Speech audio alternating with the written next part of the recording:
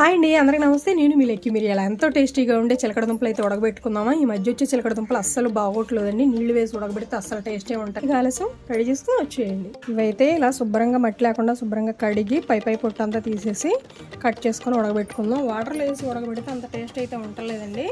ఇలా ఉడకబెడితే కనుక చాలా అంటే చాలా టేస్ట్ ఉంటాయి.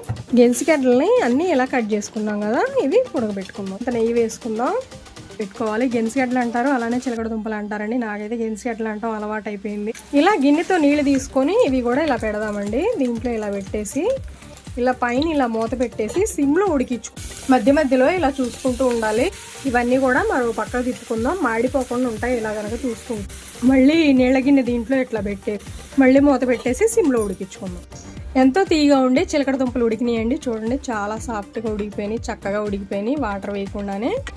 ఎంతో టేస్టీగా ఉండే చిలకడ దుంపలు అయితే రెడీ అయినాయండి. వీడియో నచ్చిందా? లైక్ చేయండి, షేర్